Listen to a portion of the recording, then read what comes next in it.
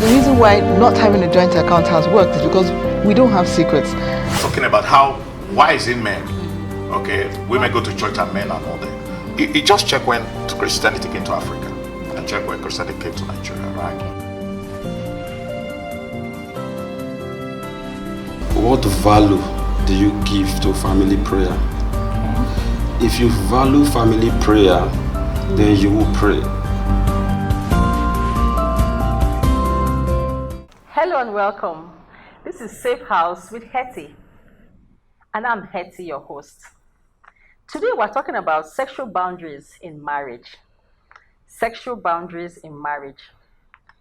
The Catechism of the Catholic Church, number 2361, states, sexuality, by means of which man and woman give themselves to one another, through the acts which are proper and exclusive to spouses, is not something simply biological, but concerns the innermost being of the human person, such that it is realized in a truly human way only if it is an integral part of the love by which a man and a woman commit themselves totally to one another until death do them part.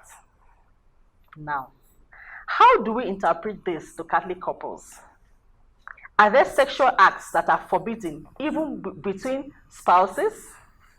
What are they? These are more questions to be answered today by our guests. I have on the show with me today Reverend Father of the Catholic Archdiocese of Abuja. He has a passion for themes relating to theology, philosophy, and ethics of life, especially bioethics. He has a bachelor's degree in philosophy and theology.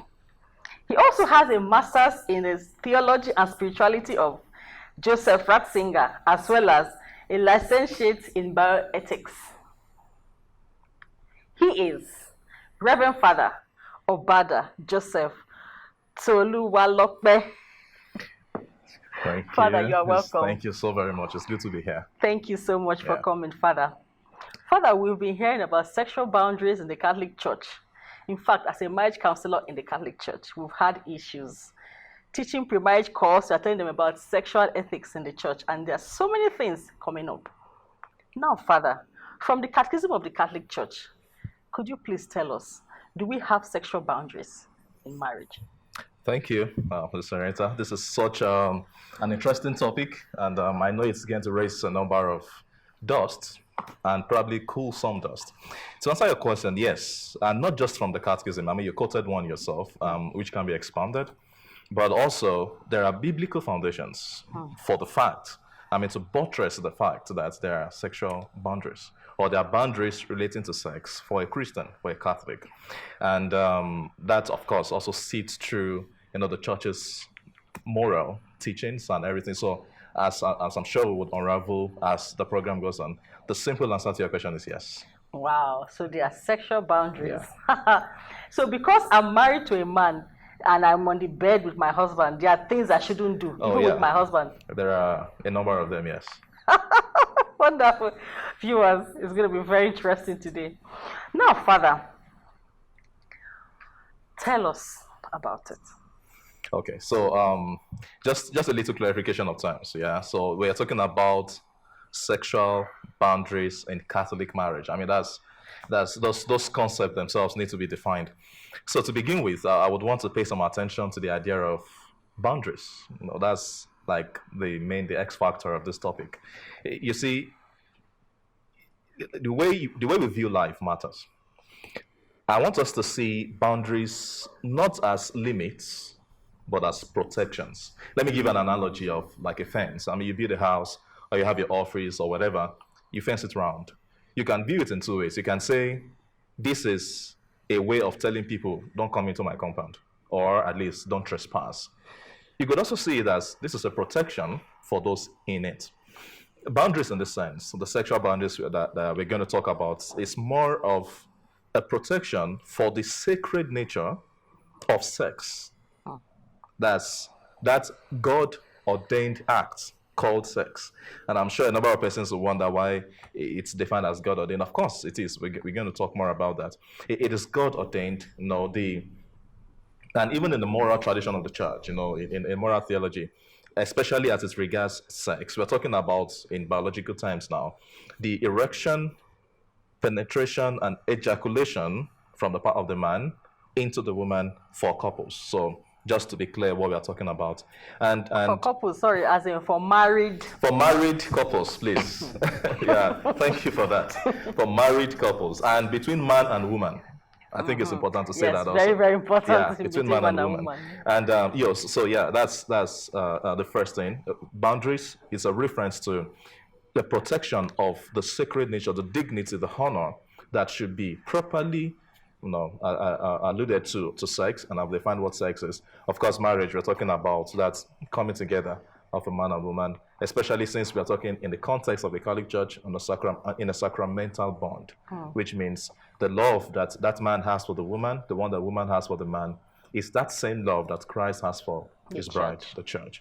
And so, having said that, there are those boundaries that would offend the kind of thing that God would expect from his children. I think it's very important to also state from the onset that I like to pick a motivation from the Pauline message. St. Paul was writing to the Romans. That's from in chapter 12, verse 2. And he said, do not conform yourselves to the mentality of this world. Allow God to transform you inwardly, and through that, his will and his purpose for you. Yeah. You can compare that, like I said, in Romans 12, verse 2. I say that because that word, Christian, I like to see it less of a noun and more of a verb. An action. So it's not just a name we answer, it's a life we live. Wow. And I think it's important for Christians to pay a lot of attention to that, okay, fine, so you're the first to go to church, congrats. You're the first to, all the mysteries of the Holy Rosary, congrats. The Holy Bible is in your head, you can, from A to Z, congrats. Those things are important, don't get me wrong, but I'm saying that if those things don't translate into the way you live your life, there's a question mark. Let me say something quickly too about ethics and morality generally. You see, we live in an age and time where there is this thing called a moral relativism. That is a concept of your truth is your truth, my truth is my truth, which, by the way, it's wrong. Yes. You can't change truth. Truth is one, and it's always one. You're either right or wrong. Exactly. But that means there's no gray area. There are no gray areas. In very, especially ethical, moral, spiritual, theological issues. No gray areas. It's important we are clear. Either black or white. It's important we are clear. A few things can be tolerated, but if you still look at it in the grand scheme of things, they are clear things. They are not. Jesus did not say you can do this sometimes or do that one sometimes. It was very clear in the kind of things he talked about. So I was going to say something about the whole idea of ethics and morality. In this age and time, in the secular 21st century age and time we live in, moral relativism is huge. So people, some people will say, why do you tell me what is wrong if you are also a sinner? The only difference is that you sin differently. Yes, you have a different kind of sin. That is a risky kind of statement to make. We'll go on a short break now. When we come back, we will discuss more about honor. Don't go away.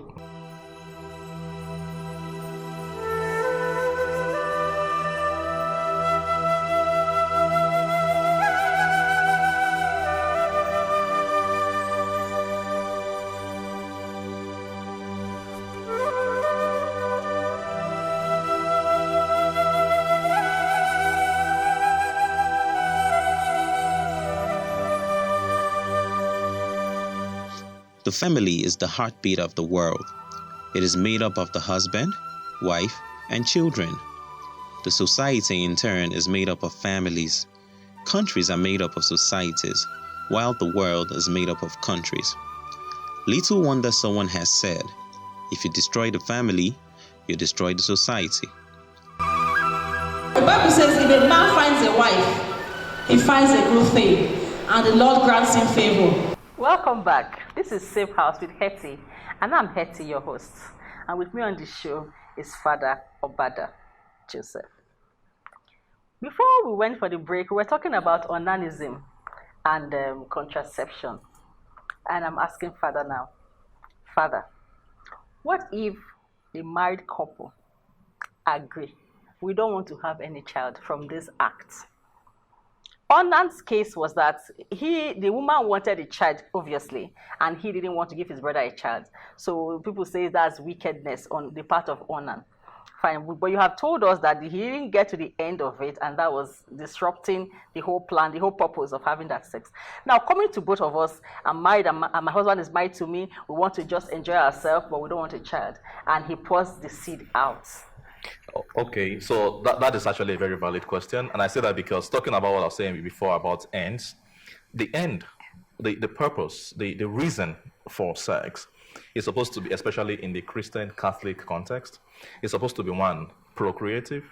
Let me say that more correctly. It's supposed to be open to procreation, which is not the same thing as saying it must always end up being procreative. Yes. And then the second part is it must be unitive, which means it should strengthen that intimacy, that bond between man and woman, between husband and wife who are married.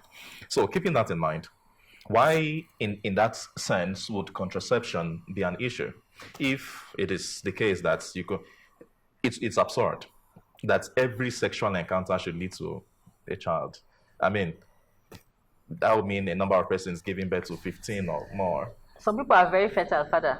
Yeah, I'm saying even with that, even with the fertility of the woman and the man in this context, it is going to be absurd to say that, okay, anytime you have sex, it should result in a child. There is that possibility. The underlying word here is open to procreation. May I quickly say something about procreation in the context of sex?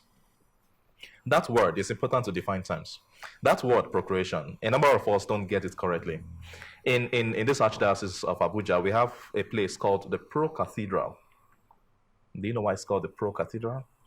That's because it is not the main cathedral. It is before. It is before, like there's another cathedral that is just before it. Okay. It is more or less a participation in what will eventually be the real cathedral. Yeah. Let's bring that to procreation. The procreative act is sex, which I've defined. Yeah. Now, it is called procreation because it participates in creation. Yeah. Now, what happened at creation? Of course, God did not have sex. He simply used this word. Yeah. But the point is, that act, that sex, that's why I call it God ordained. Because he has said, you know what? I'm going to give you this particular faculty to enjoy yourselves. And through that enjoyment, you're also going to procreate, be fruitful and multiply. You get that from the book of Genesis. Yeah. It's important we understand it in that context. Otherwise, we get it as, it's dangerous for us to see procreation as just pleasure. Okay, now, Father, we're talking about having sex and pouring the seed outside, even among married couples. So that is wrong. It's wrong, yes. It's wrong. Yeah. Good.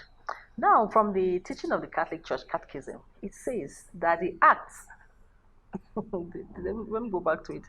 So true acts which are proper and exclusive to spouses is not, okay, let me go to the next one. It says, it is realized in a truly human way if it is an integral part of the love by which a man and a woman commit themselves totally to one another until they die. Fine. So now, sex is an act, like you rightly said, the penetration of this into that. Now, what about the foreplays and all those things? Can you just do, okay, because I don't want to pour my seed out, can I just do foreplay and play and then end it there? Because we don't always have to have sex. Must every time a man and woman come together in marriage, must it be for sex? Definitely not. I mean, that would be, again, absurd. I mean, you should just enjoy yourselves. Now, here's the thing. I need to also distinguish very quickly between the concept of intimacy and arousal. They are linked, but they're not the same thing. They're mutually exclusive. Okay. I say that because you can enjoy yourself doing whatever it is you want to do in the context of what you're supposed to do, obviously. And I know this will lead to many other acts like oral sex, like the contraception I'm talking about, like anal sex, like any kind of thing. You see, we need to be clear about this.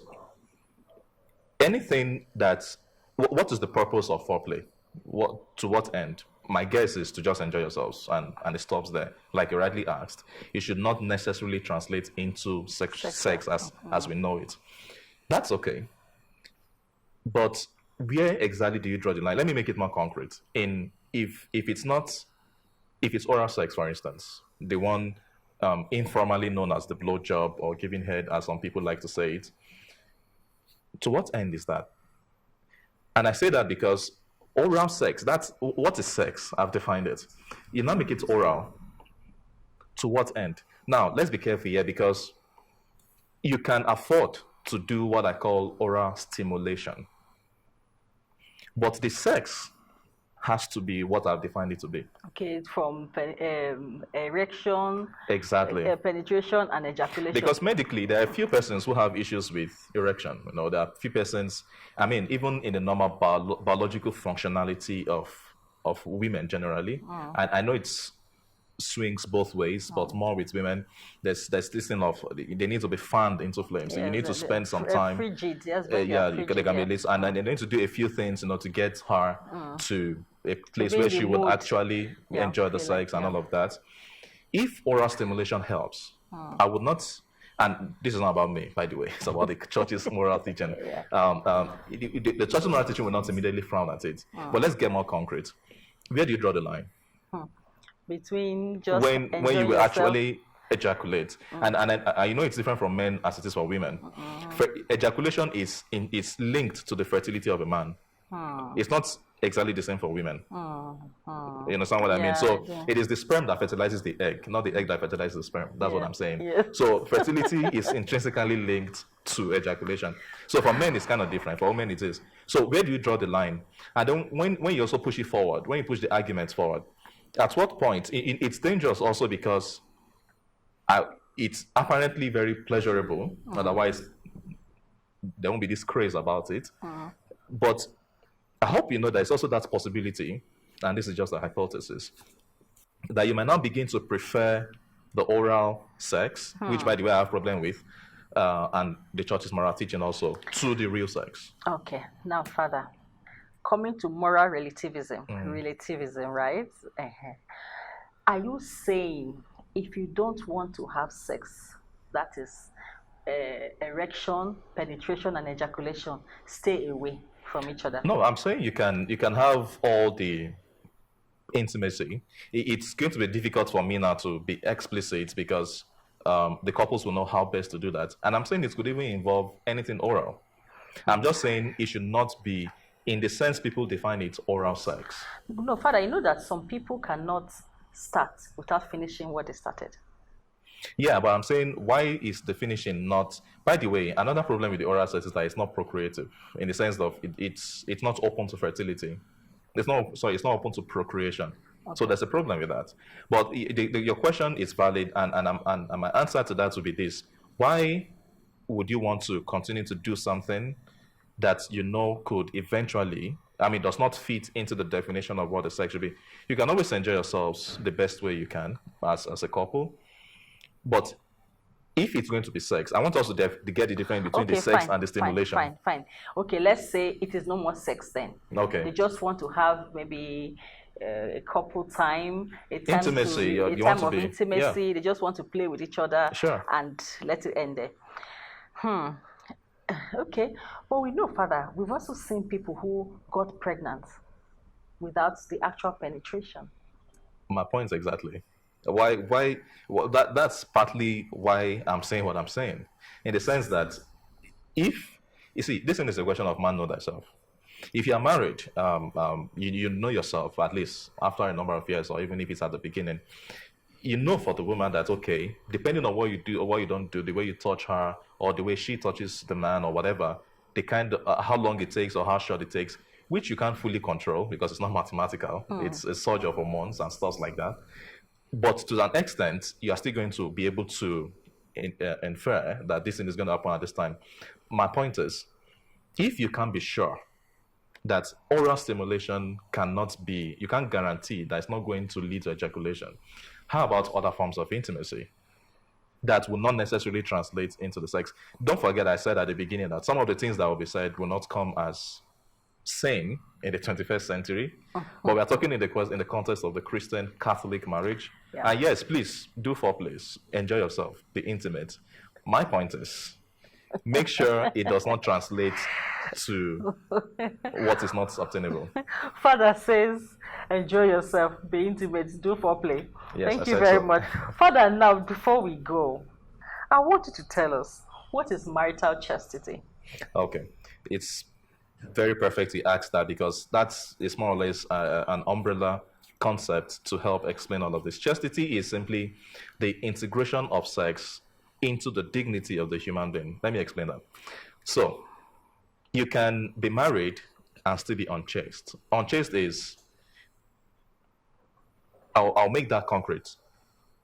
In every marriage and with respect to sex, number one, there shouldn't be a third party. That's like taken for granted, right? There shouldn't be a third party, which could include adultery, fornication, the cheating, even some that they call the threesomes, the sadomasochism and all of those kind of funny things. What? Sadomasochism?